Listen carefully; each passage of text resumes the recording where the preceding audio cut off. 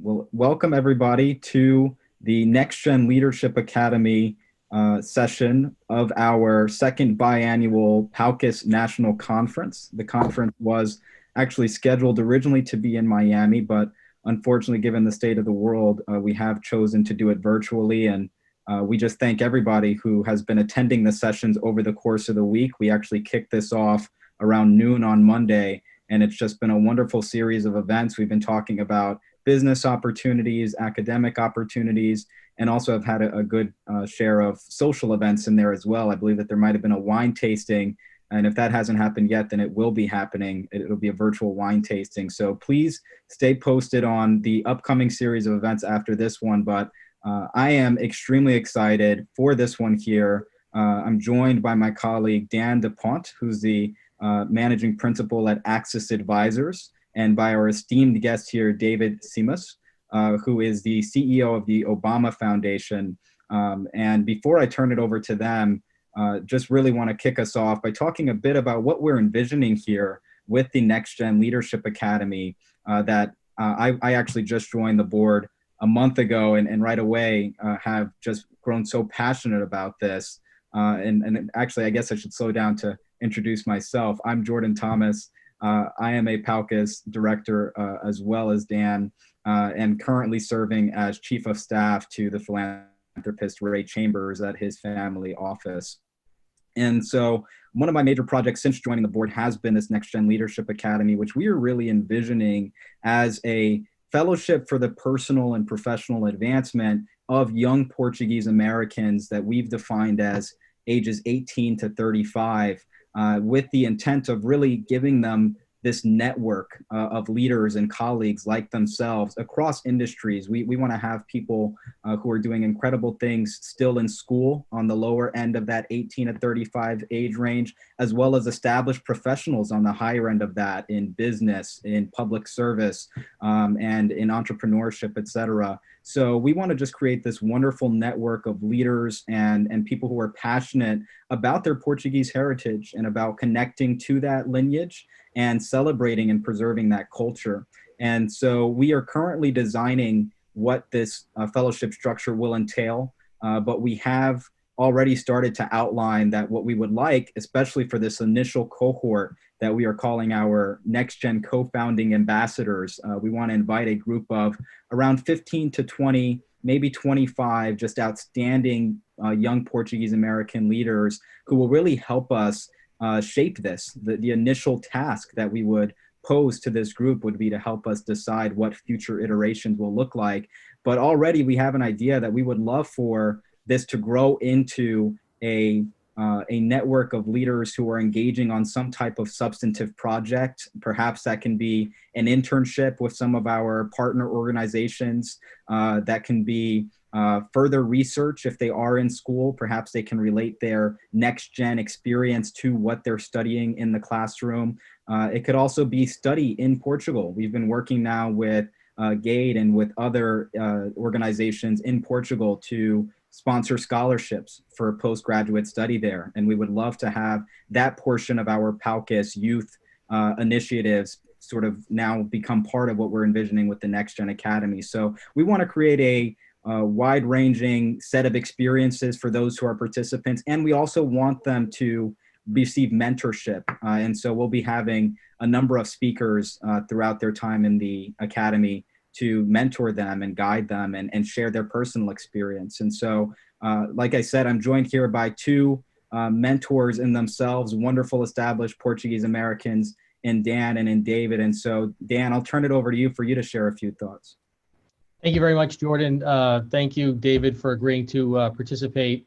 And I want to extend a special thank you to the chair of the board, Angela Simões, as well as Denise Borch, who were also instrumental in getting this NextGen idea and NextGen initiative off the ground.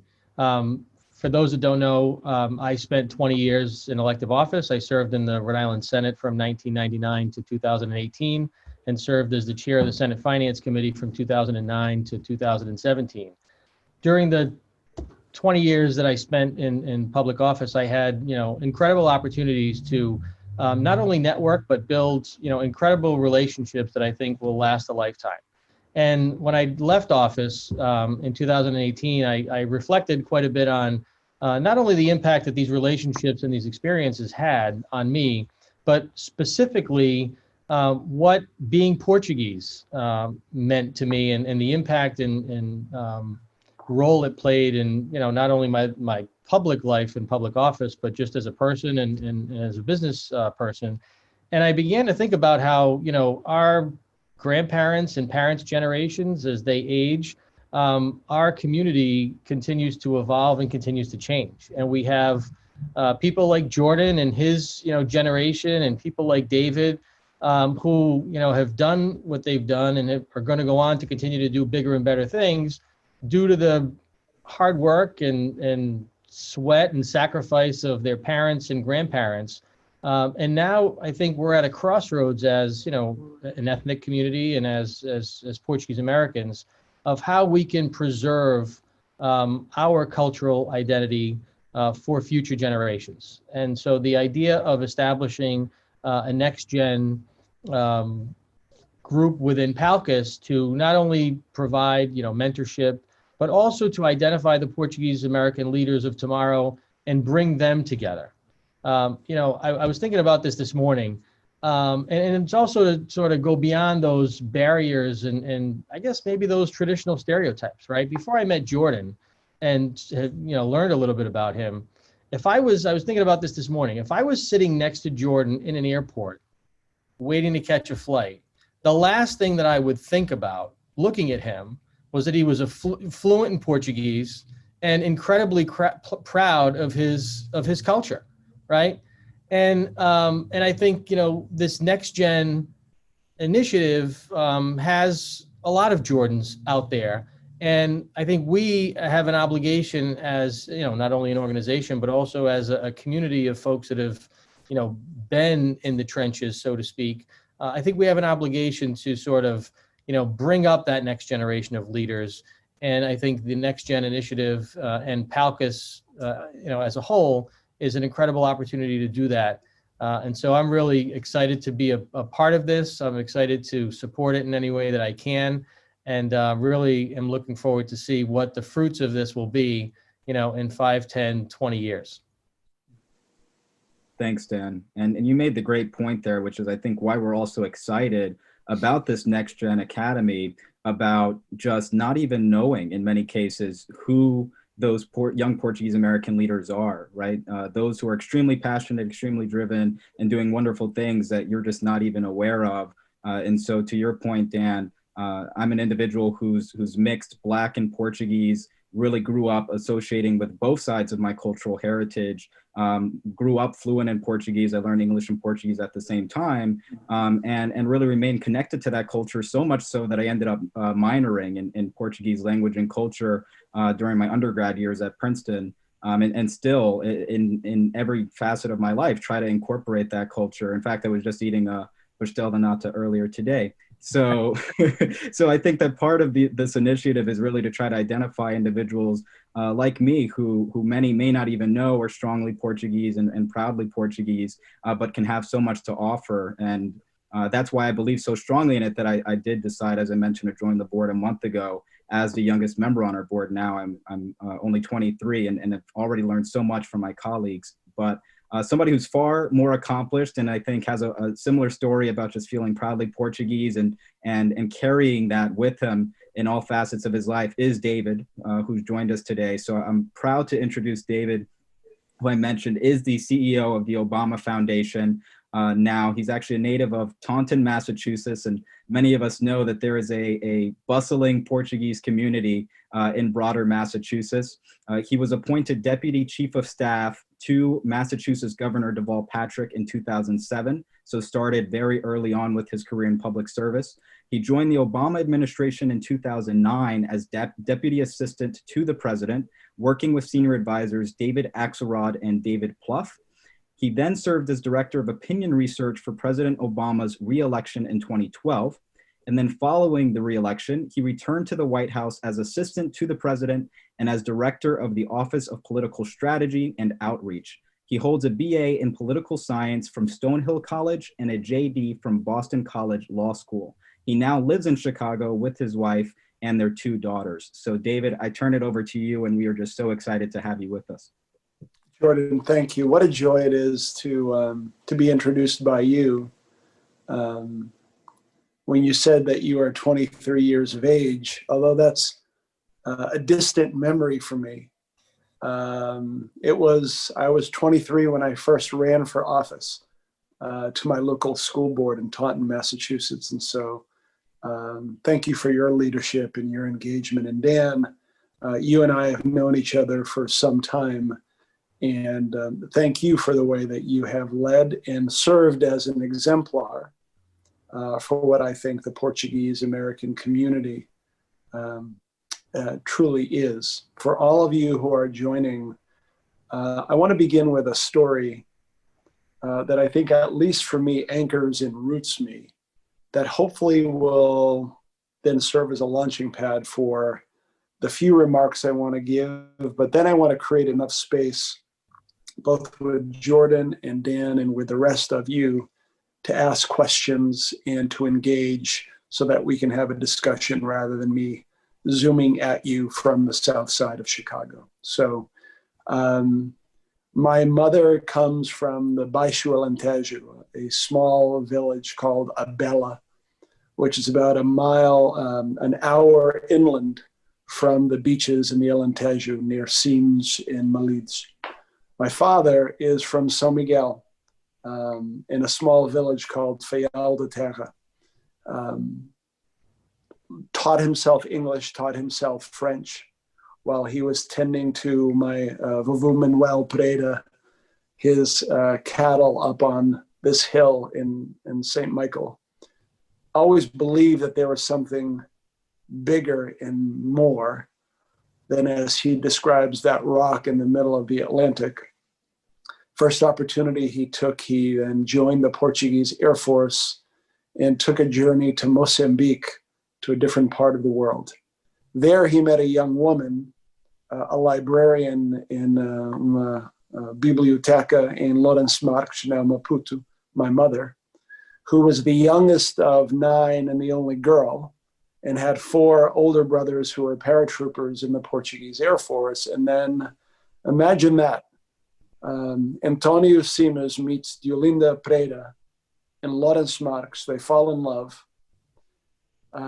And then, because of the Immigration Act of 1965, they were married in Lisbon and immigrated to a small factory town in southeastern Massachusetts, where there was a newly established Portuguese immigrant community. My first memory, 1973 or 1974, I was 3 or 4 years of age. My father came to me at my babysitter's house and said that my mother had been in a terrible accident in the factory. Now, many of you will resonate with this story. She is a 23-year-old woman who doesn't speak a word of English, who leaves everything behind: family, culture, language, habits, customs, to begin this ambitious journey in a place she'd never seen. She'd never seen snow before. She'd never seen triple-decker homes and lived in that kind of environment. So on this day, she's in a factory, and Taunton used to be called the Silver City because there were silver factories throughout the city. And what she had to do was something called piecework. And literally, it is what it sounds like. You are paid for the number of pieces that you are making. And so she took this tray, this slat of silver, and put it into a machine. And for some reason, someone had cut a corner on the maintenance and the machine malfunctioned. And so in the blink of an eye, luckily for her, she was able to pull out her right hand, but she was obstructed from pulling out her left hand and immediately lost 2 fingers in an industrial accident. When you are an immigrant working in a factory, getting paid by the piece, all you have are your hands and your back. And so can you imagine at that moment, my father, who was also driving a forklift in a textile factory, picks up his son, goes home, and all of their dreams, all of their aspirations, all of their hopes are turned completely upside down. And all of a sudden, the idea that with hard work and family and faith and an ethic of making life better for my son, that's thrown into question.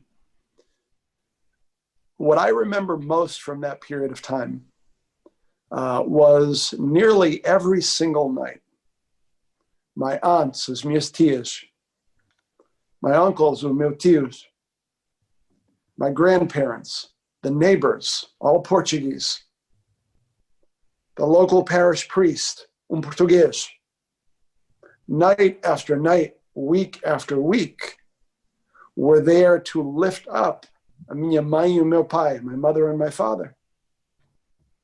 And so that sense of community, which isn't unique to Portuguese and Portuguese Americans, it's embedded in the American immigrant story,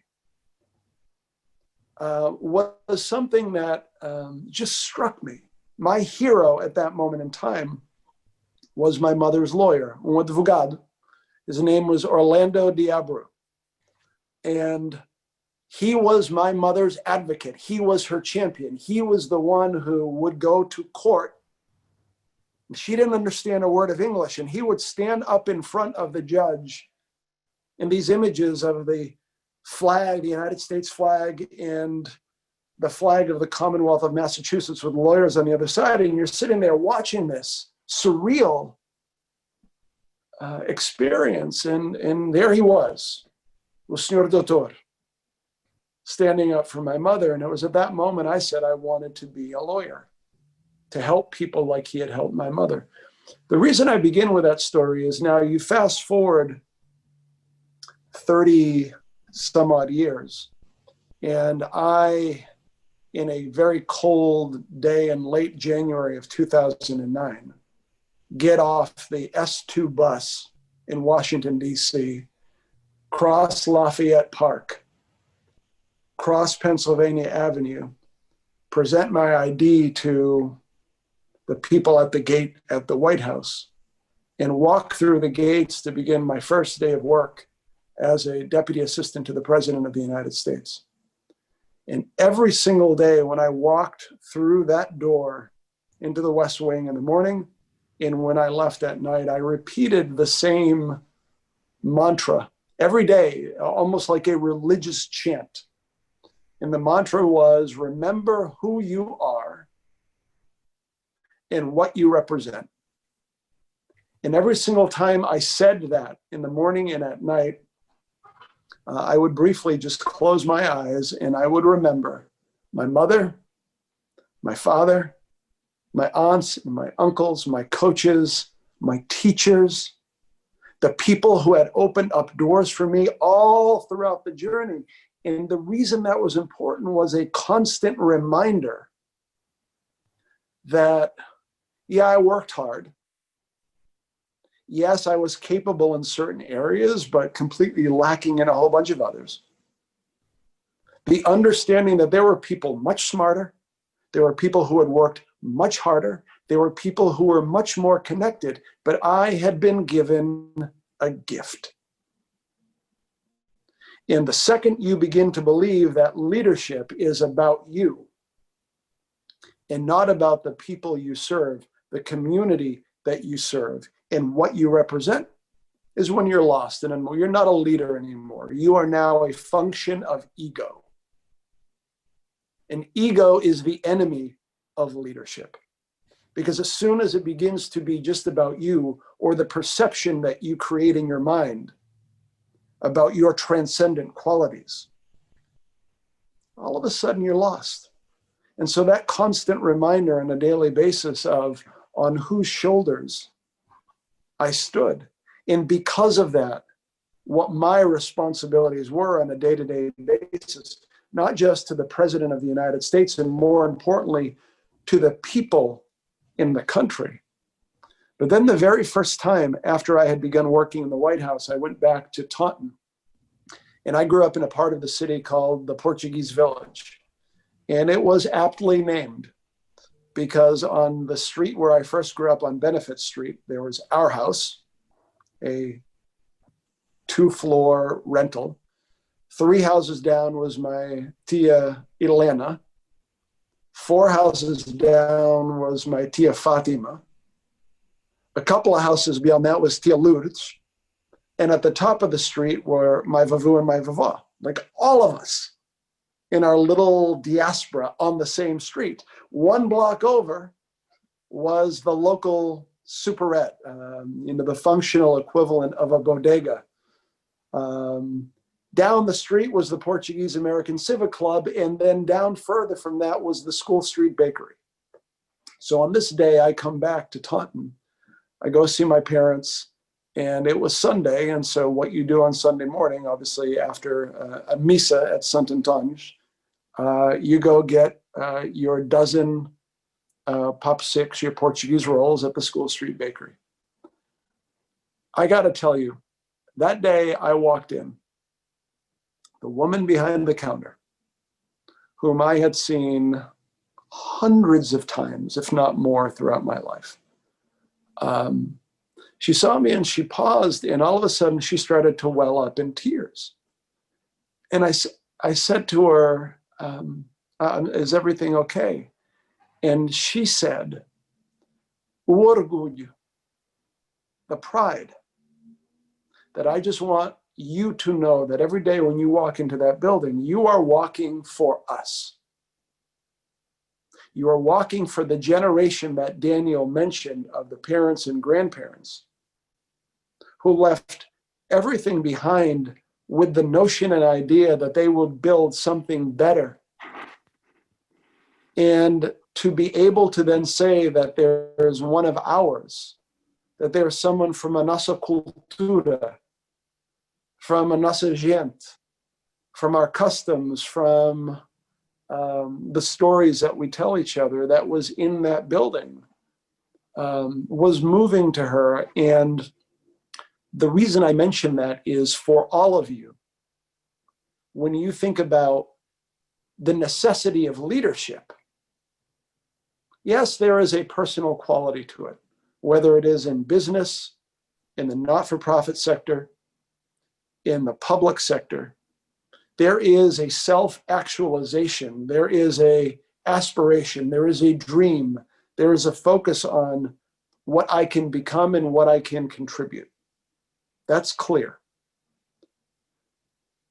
But please, your leadership needs to be a reflection of your community, because when people see you, when they see you, and it's a saying that perhaps is not appropriate, but when the cameras are on and when the cameras are off, in moments when you know that you are in public and in those moments when you are in private, you represent something, not just your family, but your community. And this is one of the aspects of leadership that when Dan told me about the PALCUS NextGen, I jumped at it.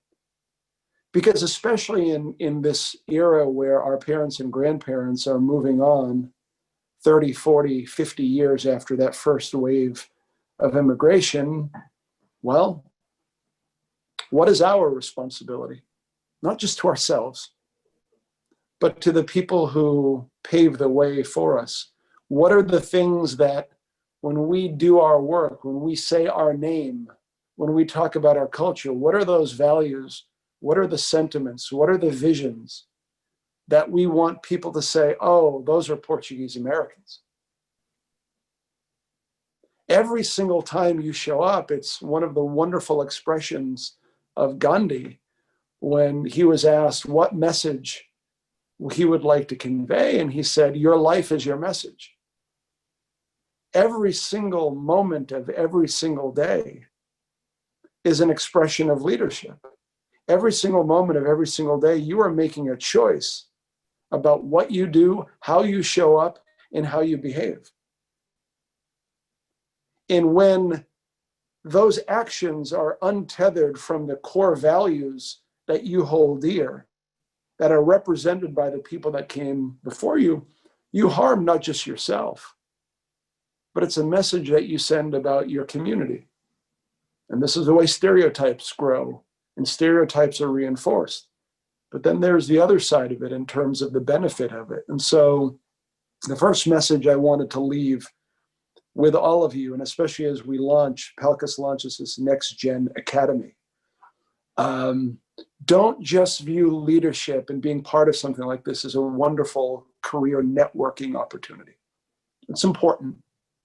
I don't diminish the importance of it.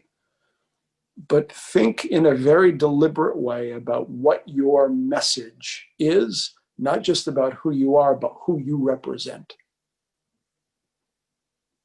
Is your action in the choice that you are making today a good reflection of your family and your community? It won't be perfect every day, but what is the intentionality?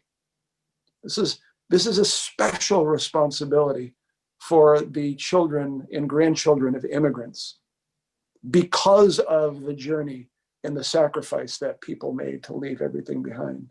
So that's the first thing that I wanted to say to you. The second thing is about the public square. Whether you are a Democrat or a Republican or something in between, for purposes of this discussion, matters not one bit to me. Because one of the proudest days that I ever saw my parents have was when they stood up and took the oath to become United States citizens. Growing up in Salazar's dictatorship, the empowerment and the joy that they had on that day to be a citizen, where voting was the minimum, but it was an expression of being part of a democracy, of a representative democracy, where it isn't just calling up your city councilor or your state senator and saying, oh, there's a problem with this or that, or falling into the easy cynicism of saying, well, that's a problem and they're all this and they're all that. Okay, what are you going to do about it?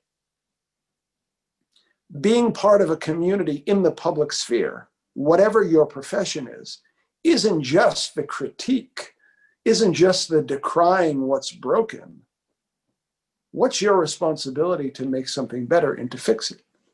And so even if you have never thought about serving in government or running for office or engaging in some type of advisory capacity, let me just say to you, I believe it is your responsibility that everyone at some moment in time in their life, if they are part of a community in the United States, a republic, that you need to engage and you need to participate. Those are the bare requirements. Voting, jury duty, yes, right? You have to do that. But how are you giving more? Well, I pay taxes. Yes. Okay, now what? This isn't a consumer transaction. This is part about being in a community, and especially as a Portuguese American. What will you say to the rest of the broader American community about how we view ourselves as Americans, how we view ourselves as part of civic engagement and civic participation? It's important to focus on your family. It's important to focus on your insular community. But then what is your responsibility to the American tapestry? And in this moment, where especially for the younger individuals on this conference, in this meeting, when President Obama describes this moment in time in the United States, and again, putting aside partisan politics, and he describes what is one of our central problems, he talks about tribalism. That we have reached the stage in the United States and in many other countries around the world where we can no longer disagree with each other without considering someone an enemy or an other. How many friendships, how many relationships are being torn apart at this moment because of your identifying as a Democrat or a Republican.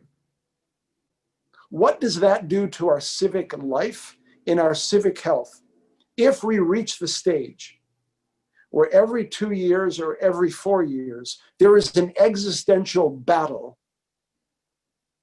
between the blue team and the red team, and whoever wins, the other side decries it as being illegitimate? This is the way our civic fabric, the social fabric, begins to tear and begins to rip. And my challenge to all of you is, please do not stand back as bystanders while all of this is tearing apart, because our parents and grandparents came to this beacon of democracy, not just to make a better life for themselves, but to be part of this tapestry of what the United States is. And so please engage, volunteer, run for office, join advisory councils, be part of your civic community, because again, when someone sees, oh, so-and-so is a leader, they are a Portuguese American, there is a civic spirit that this generation of Portuguese Americans brings. That's not just good for the community, it's good for you, and more importantly, it's good for the country. The third thing that I want to leave with you is about the benefits of mentorship. In your responsibility, even as you're part of the academy, to the extent that people will become part of the academy, even for those individuals, what their responsibilities are. What I didn't say about before I walked through the gates at the West Wing was, that was never a plan. Yeah, I didn't grow up and say, oh my goodness, someday I'm going to work in the White House for the President of the United States. Here's what happened. I ran for office at the age of 23 because I cared a lot about education and I wanted to be part of that. And I remember growing up and my father was always talking about politics and government and about our responsibility to be part of the solution. It was core to his view and my mom's view of what it meant to be an American. Run for office and win at the age of 23, and all of a sudden begin to meet people who are older and wiser and more experienced, who decided to take me under their wing. Fast forward a few years, and it's 2001, I meet a man named John Walsh. John Walsh became a friend. Fast forward to 2005, my phone rings, and there's John Walsh saying that there's a person running for governor of Massachusetts named Deval Patrick. Would I be interested in being his debate partner? I said, John, I've never done anything like that. I'm happy to consider it. Why me? It's like, well, I think you'd do a good job. I'm introduced to Deval Patrick. Deval Patrick improbably wins and becomes the first African-American governor of Massachusetts and only the second African-American in the history of the United States to be elected governor. I served Deval Patrick, meet a whole bunch of other people. All of a sudden, someone named Barack Obama runs for president and is on the cusp of winning. Deval Patrick introduces me to someone named David Axelrod, who is the senior advisor to Barack Obama. One relationship, one door, one connection, mentorship, giving back, cultivating the relationship, and doing the basics of what President Obama says are the keys to success. And he says they're pretty simple. Be useful and be good. If you are a good and decent human being who gives of your time to others, mentors, and also learns from elders in terms about how to interact with people, and you just present yourself in a decent and good way, doors will open. And then once the door opens, be useful. No job is too small. No task is too menial.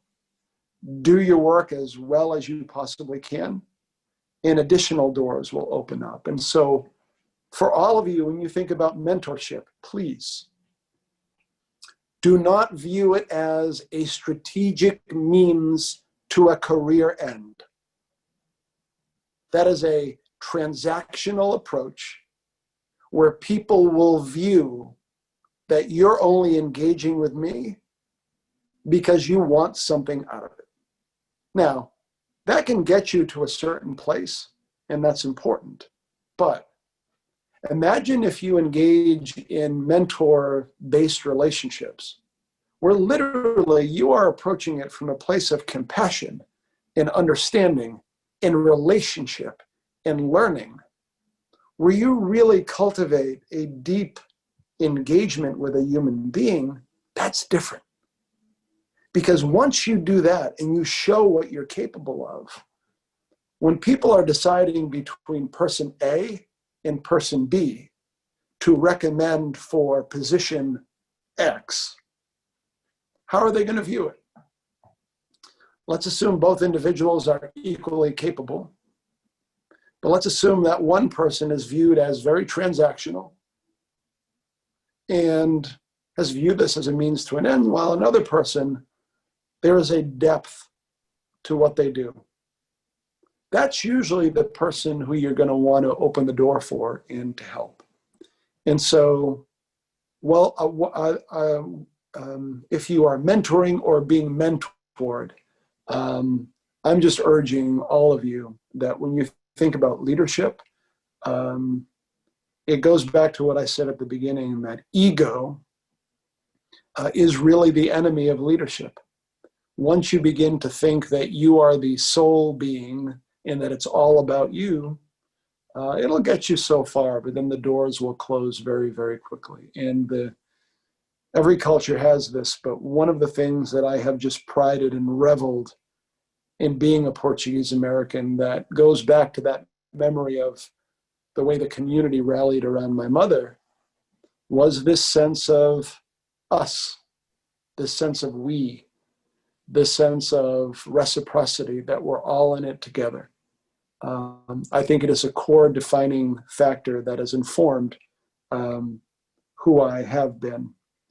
Final story before I open it up for questions. It was late in 2016 as the term of Barack Obama was coming to an end. And my parents had never been, in the 8 years, had not been to the White House. They had always found an excuse to not go. And there's a certain humility. Un imigrante now didn't feel comfortable in that type of environment.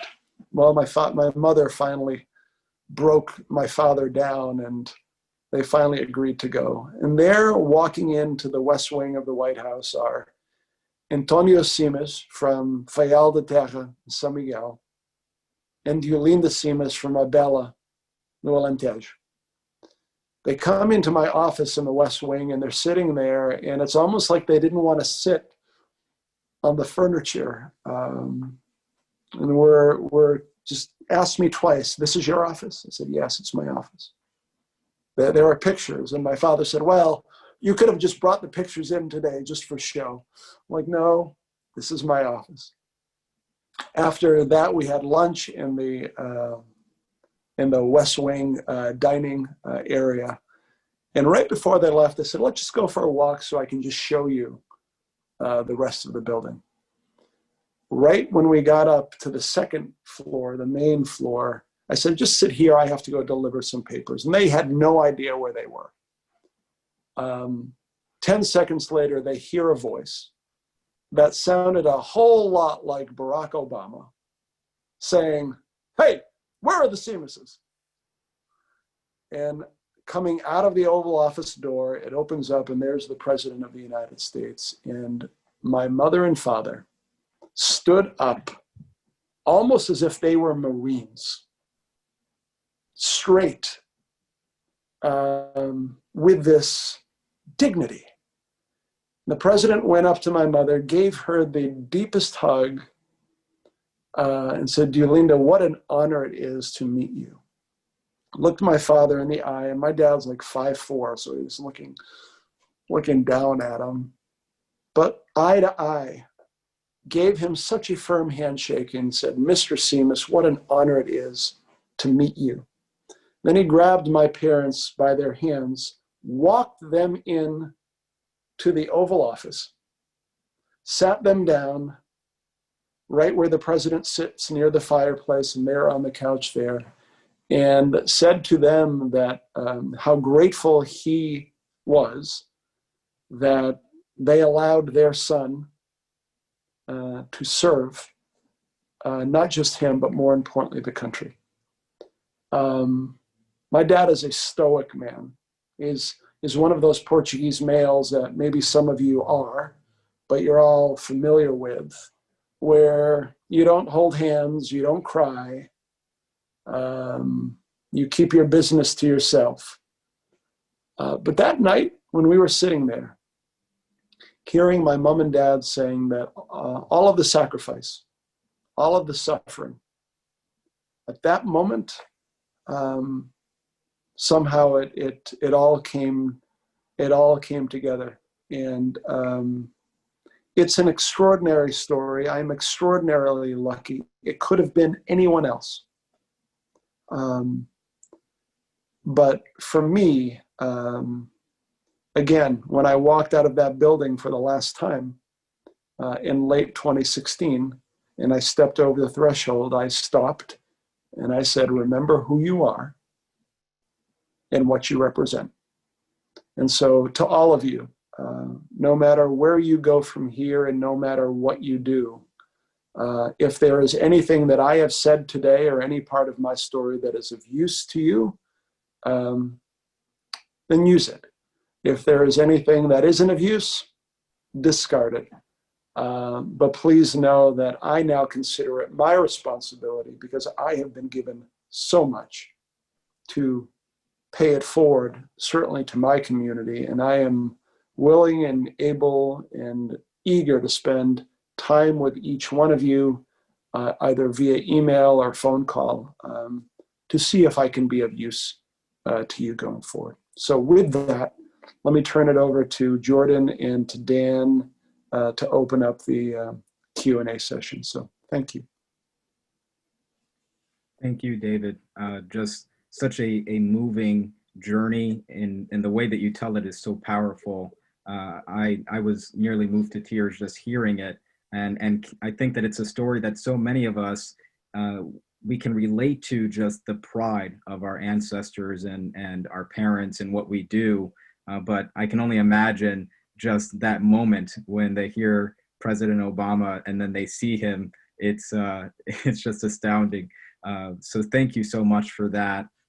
It's been a resounding response, and every comment that we have here, everyone is thanking you profusely. They are all echoing the sentiments about just how wonderful it is to have an individual like you in our community who has done so much good for the world, really, already, and now continues to advocate for leadership and for representation. And just to recap your three major points there about always remembering who you are and what you represent, always feeling this compulsion and this responsibility, as you put it, which I really loved, to serve that your community, whatever that may be, red, blue, somewhere in between, whatever that geographic or cultural / social hub is for you, to give back in some way. And then to always remember that the relationships you're building as you do that are organic and not a means to an end, not transactional.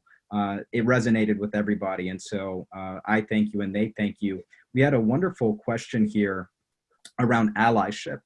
And one thing that really stuck out to me as you were telling your story is that as Portuguese Americans, there are certain tendencies, if you will. You mentioned kind of that macho tendency of many males in the community, and that your father exhibits to an extent.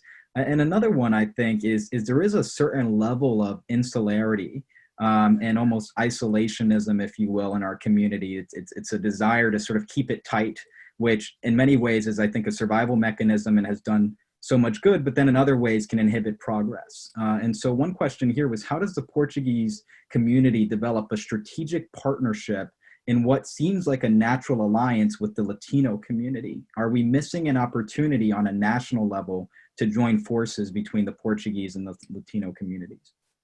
It's a great question, and Jordan, thank you for your comments. When I think about allyship, it's going to look different in one region, in one community to another. One of the things at the Obama Foundation that we always focus on and we think about when we do our leadership development, in some ways it's the 4 basics of community organizing. And there is narrative, story. There is issue mapping, power mapping, and asset inventory. And so power mapping is depending upon the outcome that you want.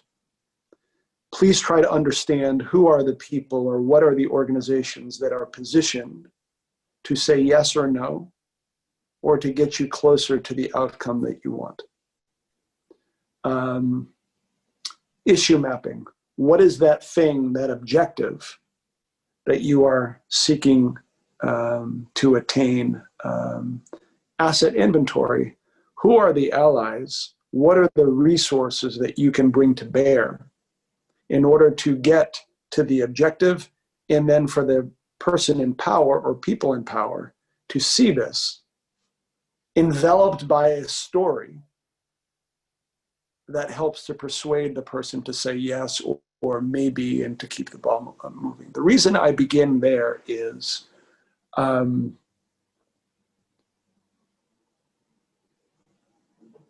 the piece about asset inventory always begins with essentially a deep assessment of those individuals who at a moment in time have a shared interest with you, even though you may disagree on 100 other things. In this instance, you agree on these 2 things.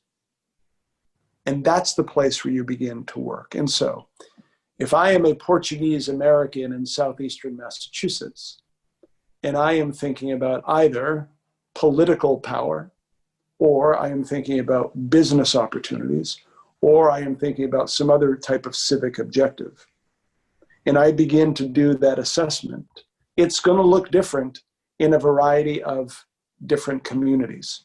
And so my first admonition is, my first way to answer it is, it is very difficult, in my opinion, to construct broad allyship, especially when you think about the Hispanic community in the United States.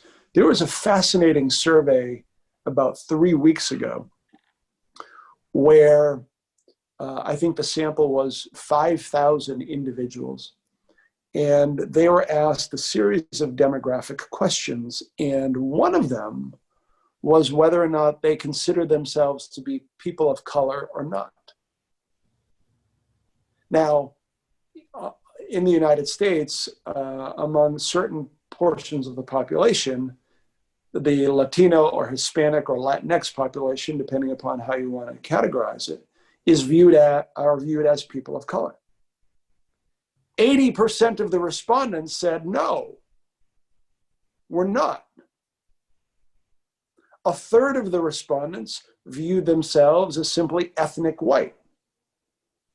And so when you throw in, first of all, the varied nature of, even in a place like Florida, where Cuban Americans view themselves fundamentally different than those from Venezuela, those from Puerto Rico along the I-4 corridor in Orlando, and then even within the Cuban population, you begin to see variation depending upon racial background. That has nothing, and then to further the complexity, you look at a place like Texas, in terms of 3rd and 4th generation Texan versus 1st generation along the border in McAllen, and how they view each other. And so the only reason I'm going into that type of depth is that anytime we bring a notion of allyship, for me, it's very important to be precise about outcomes. And then even when you are precise about outcome, never assume without listening a lot further, that your assumption about a specific group of individuals is aligned. And so that's a long-winded answer to a fairly straightforward question, but it's President Obama talks a lot about here in Chicago, which is one of the most diverse places in the United States,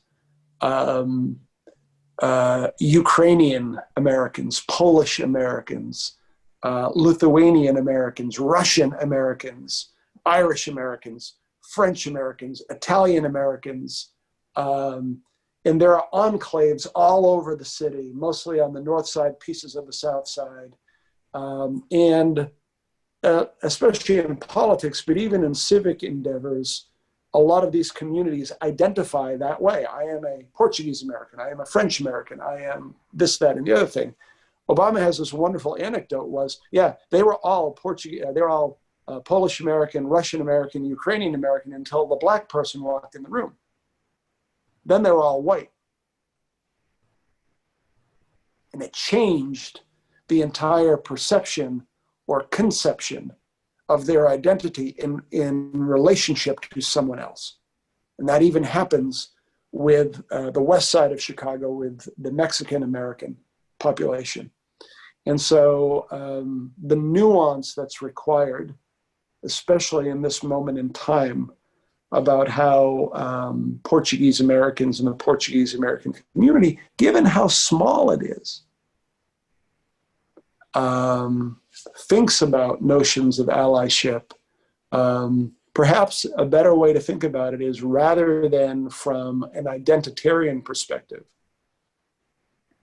what are some outcome-based perspectives that then you can have shifting alliances in a way that may maximize efficacy and build broader coalitions. And so, but it's a longer discussion and a great question.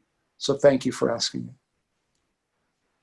Thank you. And I love your focus on outcomes, I think is so poignant there, because I truly believe that when we just reflect on where we find ourselves as a nation now, and like you said, with the tribalism, with the division, I think that the way that we start to unite and come closer together is to focus foundationally on what we hold dear, what we envision as a country, where we want to go, and then start to realize that there are allyships and there are actually more that unites us in getting to those objectives and divides us.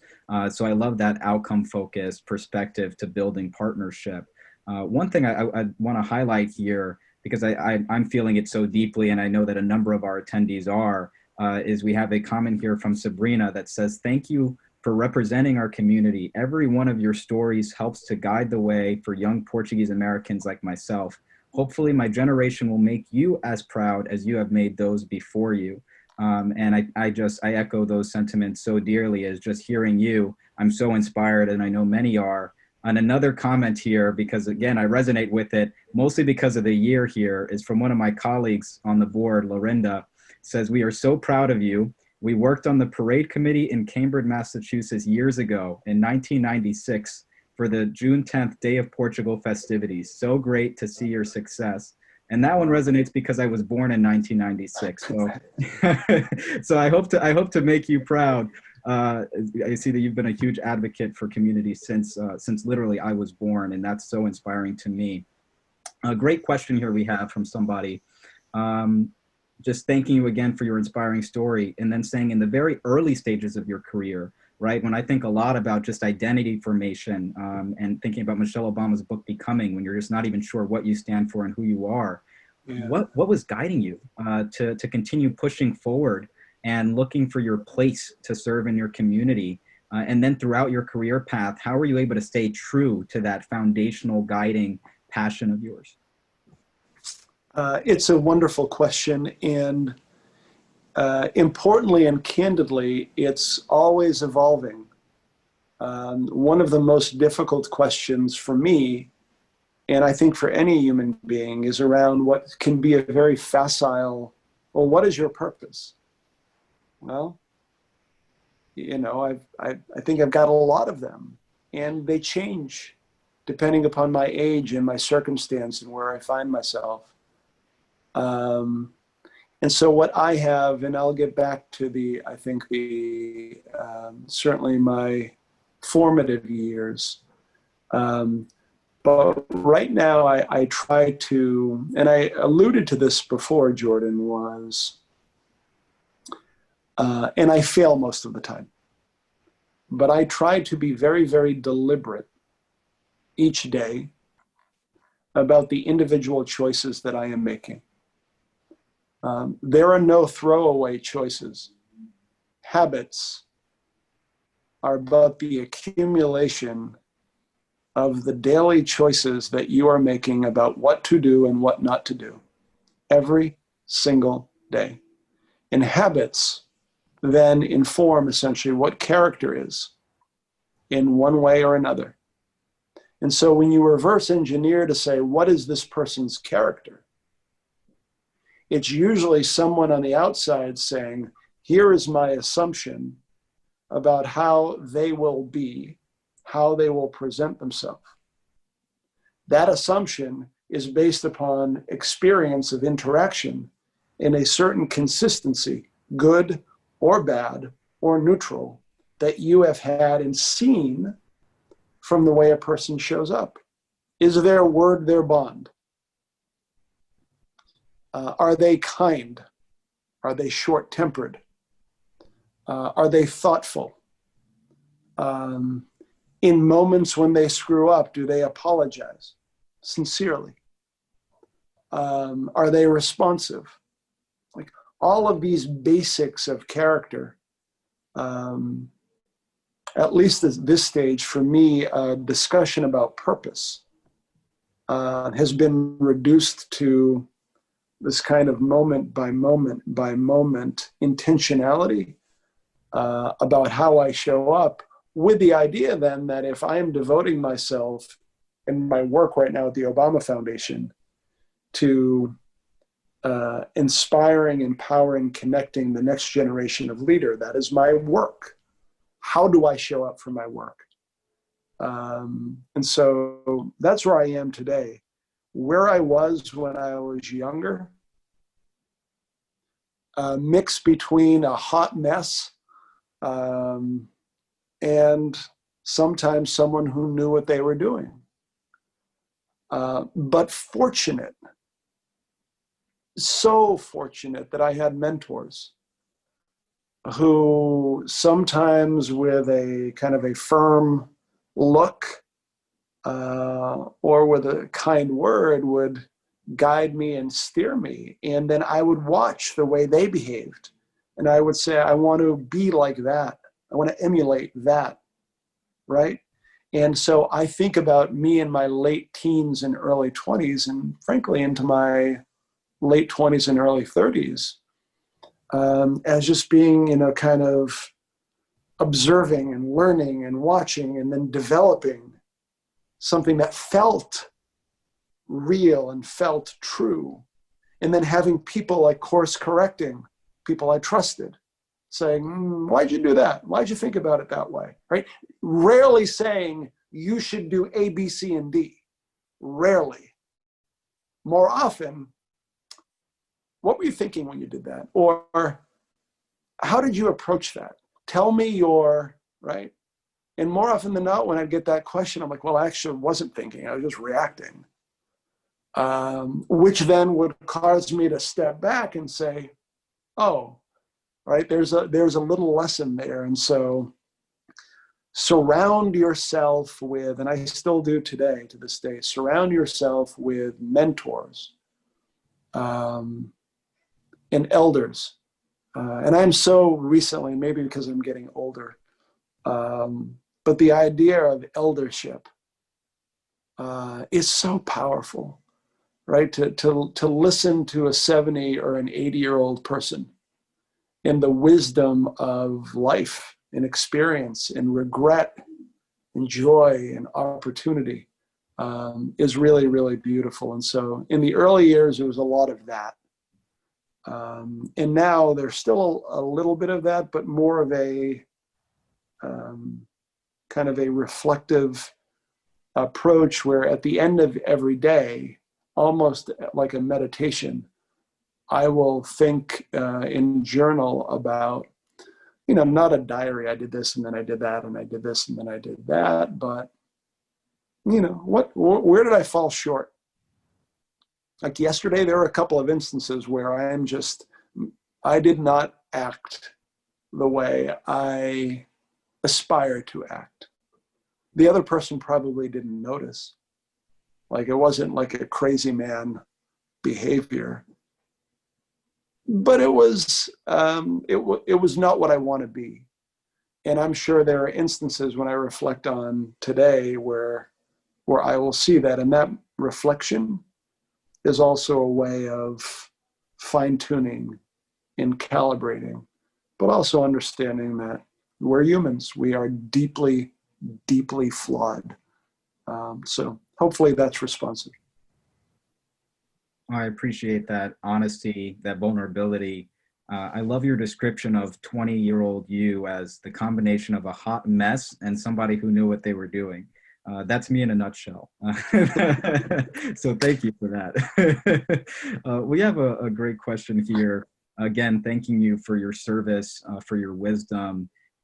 Do you see contributions to American civic life that Portuguese Americans are uniquely positioned to offer? Is there something about our community, our culture, our sensibilities, our networks that you believe in American civic life we are uniquely positioned to offer? Because of the recency of the diaspora, there is a proximity still to the immigrant story. And in the proximity to the immigrant story, there is this wonderful way to not just show the courage and the contribution of the immigrants, but then to embody in a way that for some is quaint and for others is outdated, the promise of this country. So the second generation, the third generation, are still close enough in their memory to your grandparents or your great-grandparents to understand the trajectory that your family and you have been on. You can still point to the factory or to the day that they arrived or to the community. And it's in some ways, it's that lived experience that is more than opening up an old photo album where you look at the pictures from the late 1800s that other diasporas are now stuck in, where the notion of immigration and that transition to an American are long gone. My daughter's conception of what it is to be an American in many ways is different than mine because of that memory I have of my parents taking the oath of citizenship and the stories that my parents and grandparents told me. So that isn't just unique to the Portuguese American community, but it is central given the wave in the late 1960s, early 1970s to late 1970s, where we still have those voices, we still have those stories. And in this moment where the country is changing so quickly, there's an opportunity to be a bridge in some ways, to speak, about the hopes and the aspirations and the journey and the work that's still left to do in a way that isn't a distant memory. It's almost, if you approach it like an anthropologist, we have a wonderful ability to testify, to talk about my mom in the factory, and then what happened when a community rallied around her with the immigrant piece of the story.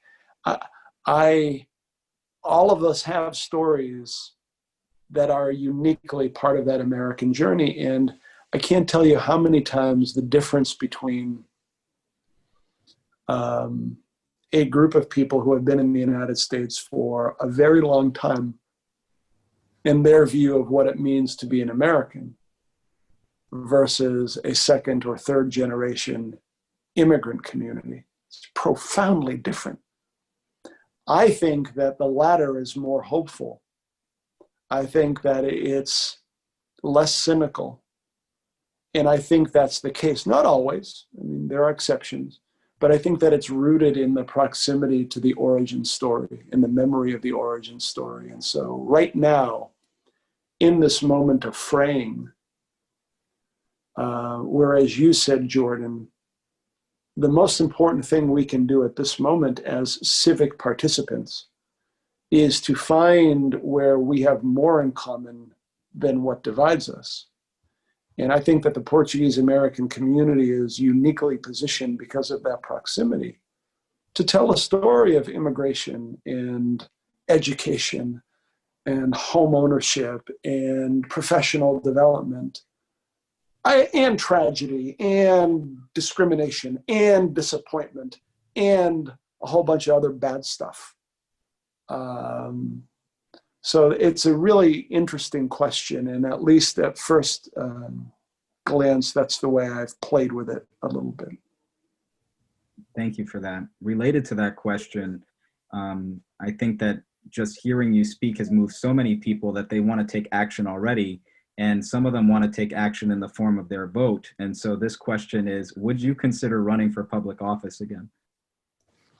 No. I've run for office 5 times. This is not hubris or being obnoxious, but I'm 5-0. I have worked for a governor. I have worked for the president. And so now when I think about highest and best use, how can I, in the 20, maybe 30 productive years that I have left, do the most good for the most people using all of the experience and knowledge and trial and error that I've experienced? It's my assessment right now that continuing to do this kind of work that I'm doing right now is the highest and best use. I mean, think about this. We have a leadership program at the Obama Foundation. We started in Africa 2 years ago. We selected 200 young 25 to 40-year-old leaders, 23,000 applications to select 200 young men and women. We did the same thing in the Asia Pacific region. We just did the same thing in Europe. And starting next year, we're going to launch our Obama leaders in the United States. And so from my perspective, oh my goodness, what an opportunity to do good and pay it forward if I can, in any small way, help to identify extraordinary young leaders, connect them to each other, and then turbocharge them with all of the help and resources that the Obama network can bring to bear. And so it's the reason why my response to that question was as quick as it was. The other reason is the last time I said I was going to run for office, my wife has this really good weapon that she uses. So I told her I was thinking of running for office X. She said, okay, that's fine, but you know the deal. I said, I know, if I run, we get another pet. So we've got cats, we got a rabbit. She said, here's the deal. If you run for that, I'm getting a llama. I'm like, where am I going to put a llama? She's like, that's your problem. So, and she just yelled, that's right. I love it. I love it. It's funny. General Colin Powell, who I was honored to speak with last year, has a funny story about how so many people in the 90s and then early 2000s were urging him to run for office. And there was a similar question posed to him of, would you do it? And why didn't you do it back then? And he says it was easy. He said that I spoke to my wife and she said, of course, you can run for office. If you win the presidency, though, I'm not joining you in the White House. He said that's when I knew it wasn't going to work. So yeah. I love that. Now, let me just say, I am not being a hypocrite. I've run, I have, engaged, but I think everybody should at some point in your life, whether it's for the local planning board or the local whatever, put your name on the ballot, stand in front of your neighbors and say, this is what I believe. And if you win, you have the responsibility of serving. If you lose, it will change your perspective of what it means to be a part of a functional and responsible part of a community. But again, there are other ways to serve other than running. So sorry to interrupt you, Jordan. No, thank you. And I think it's something that's so important to reflect on, again, just how we can all get involved in different ways, which I think brings us to a very critical question. I would be remiss if I didn't just mention where we are, obviously, as a nation, just 2 to 3 weeks away from one of the most monumental elections in recent history, still in the midst of one of the most tense and rife sort of periods of civil and racial unrest as we start to really come to terms with racial inequality in our country. And then, of course, in the midst of a global pandemic. And the question that I have, this is my question now, just because I'm thinking about it daily as a young person who's sort of viewing the world in so many ways being turned upside down and trying to think about how we stop this from happening again. How do you view the future on an individual level? What do we need to do to right the ship, but also just in a broader scale, where do we go from here?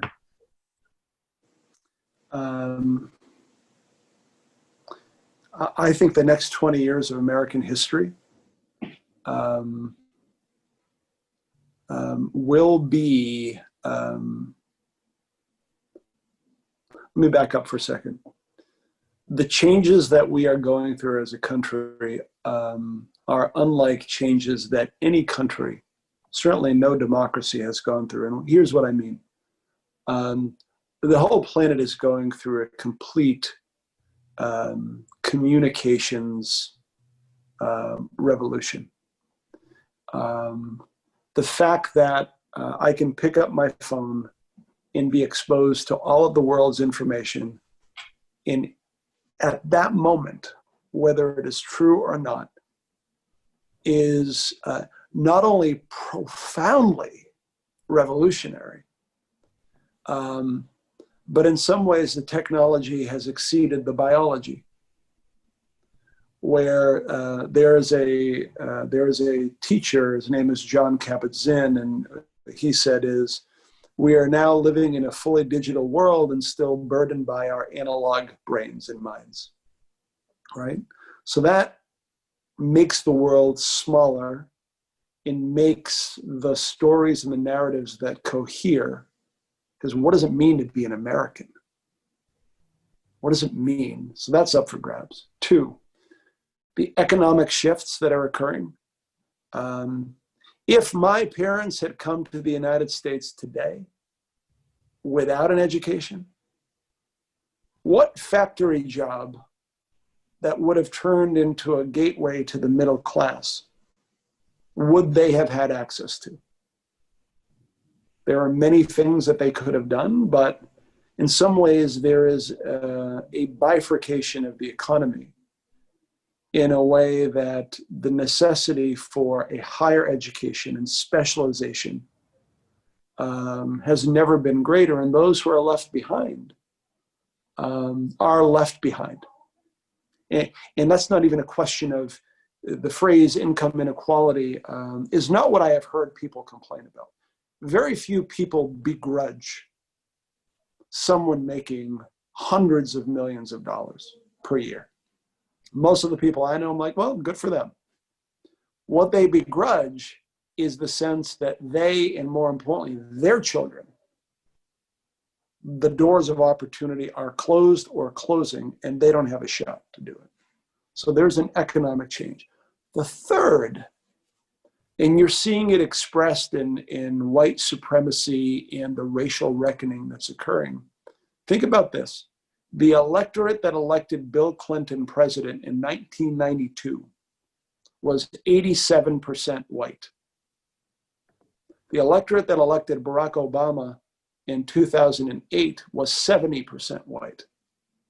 The electorate that reelected him in 12 was 68% white.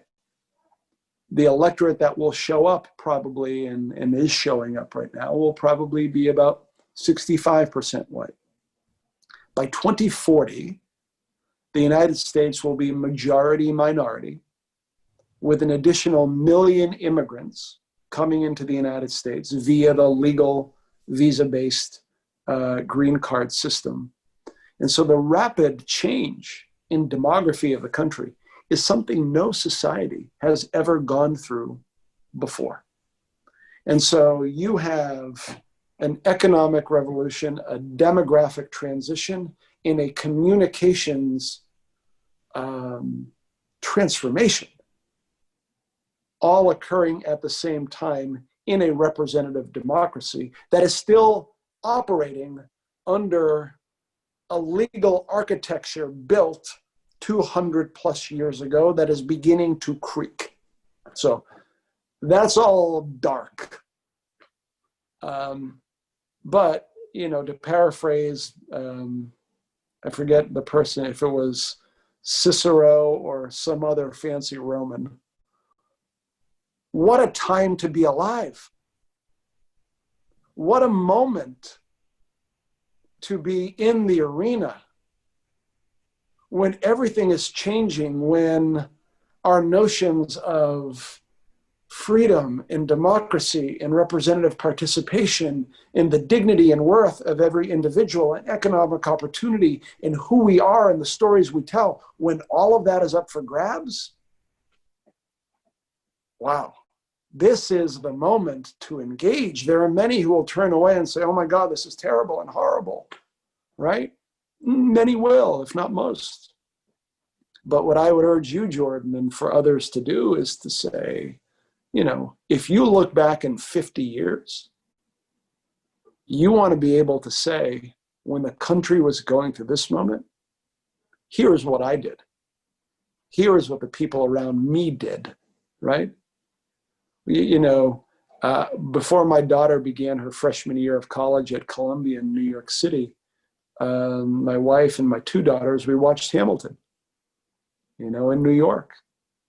Those men and women, to a lesser extent, were in their 20s and 30s. The people marching in the streets over the past summer have been in their teens and 20s and 30s. And so, so this is a moment for leadership. Here's what's required, especially when the potential, the propensity to otherize and demonize everybody is top of mind. Before you judge anyone's motives, stop.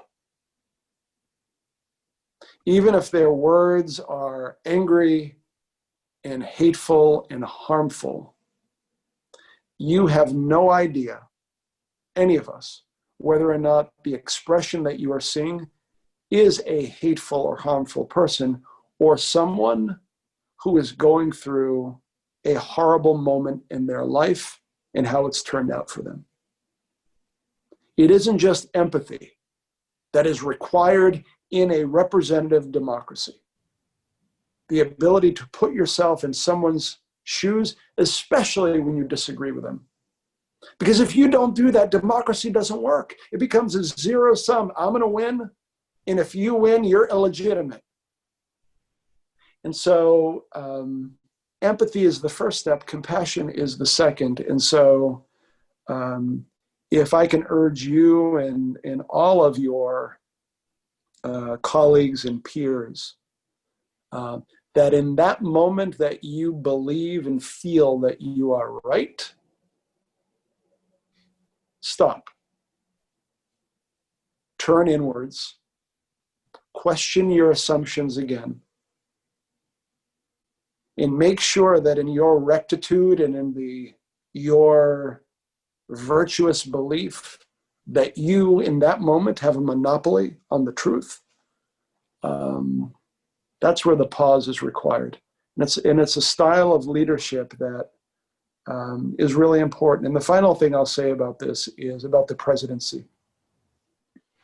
And this is not an indictment of any person or style.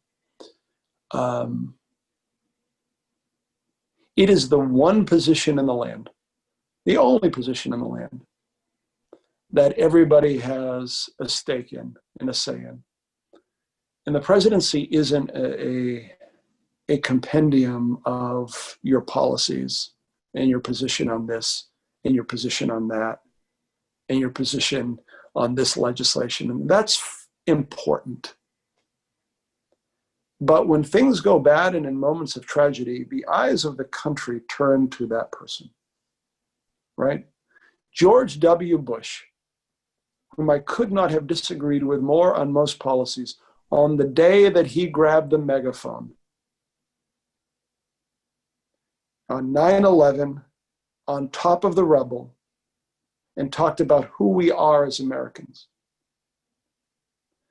The day when Bill Clinton, after the Oklahoma City bombing, stood in front of the country and talked about who we are.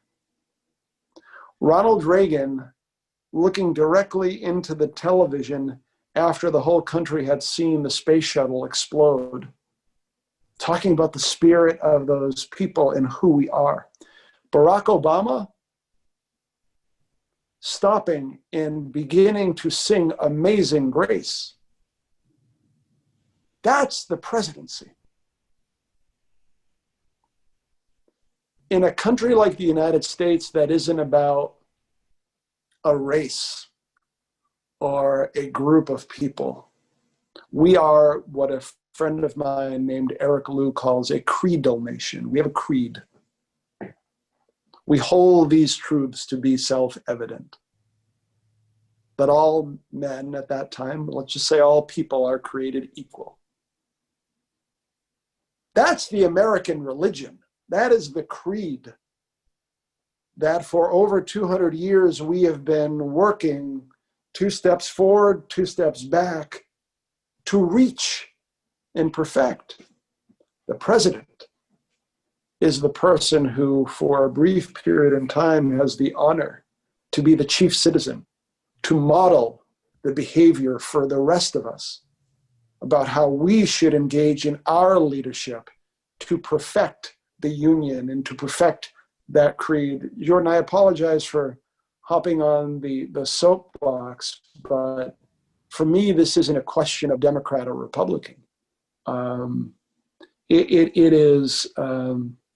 is as close to something sacred. And part of it is informed by that journey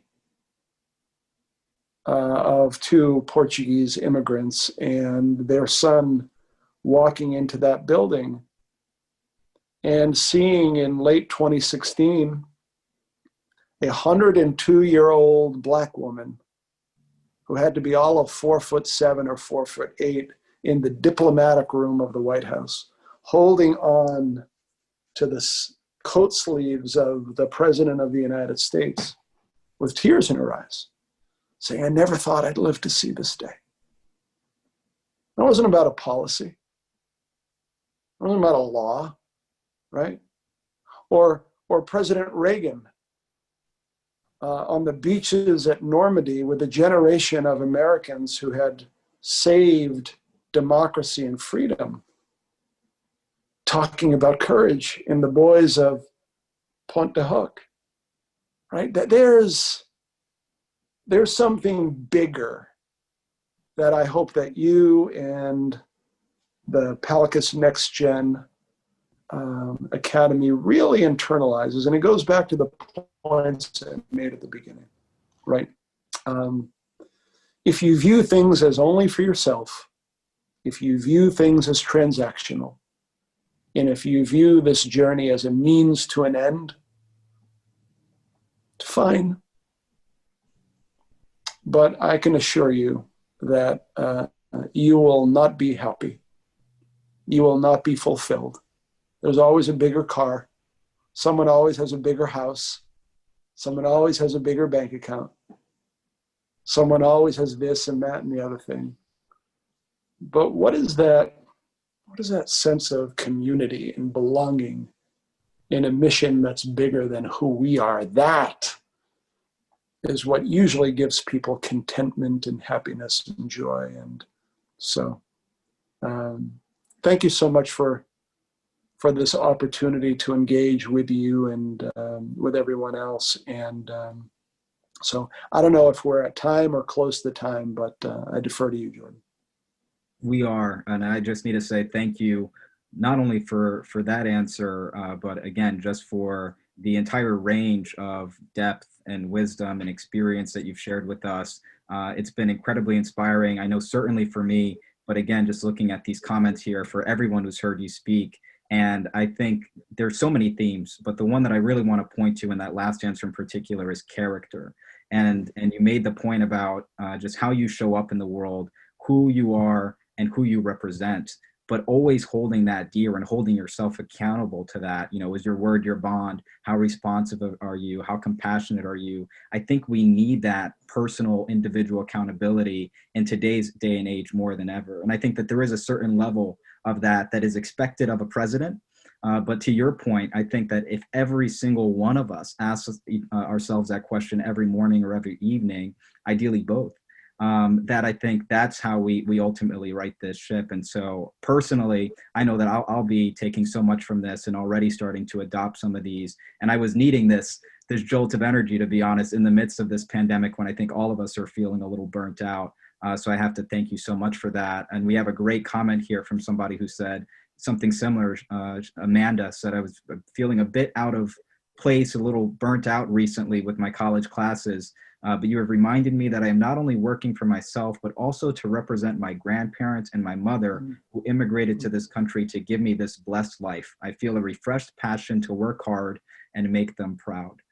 So thank you, David. And the last point I want to end on here is this is so much of what this NextGen Leadership Academy is for. We want to bring together our young community of leaders who are feeling passionate and are feeling driven to make a change locally, and regionally, nationally, and globally.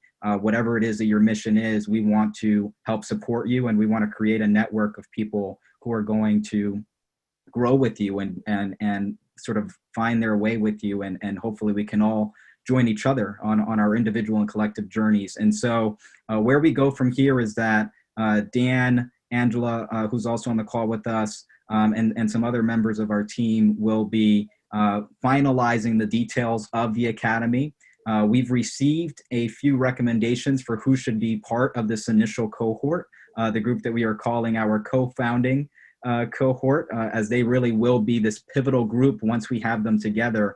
They will help us over the course of the next year really start to determine what exactly we want this initiative to look like, what opportunities, how do we design the speaker series, what types of topics, what's the range of activities that they engage in. Is an internship and research and scholarship? Is it one subset of that? So we have a lot of details that we're working out, but we don't want to hold off and get all of that sorted. We definitely believe there's a need for this now. We want to build the ship as we fly it, if you will. And so we are already putting that group together, and we would love if anybody who's tuning in now has recommendations for outstanding, passionate, and driven young Portuguese Americans in that 18 to 35 age range.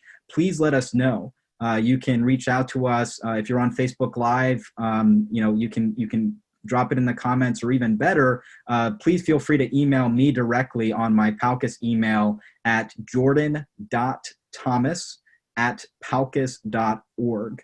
And so if there's any thoughts that come to mind of outstanding individuals who you'd like to recommend to us and have be part of this initial cohort, helping us build this network of leaders for now and for years to come, we would love to hear those recommendations. So please do reach out to us, Facebook, Instagram, Zoom, email, you name it. We will be reviewing all of those recommendations, and we deeply, deeply appreciate them. So thank you all for tuning in. Thank you for any recommendations soon to come.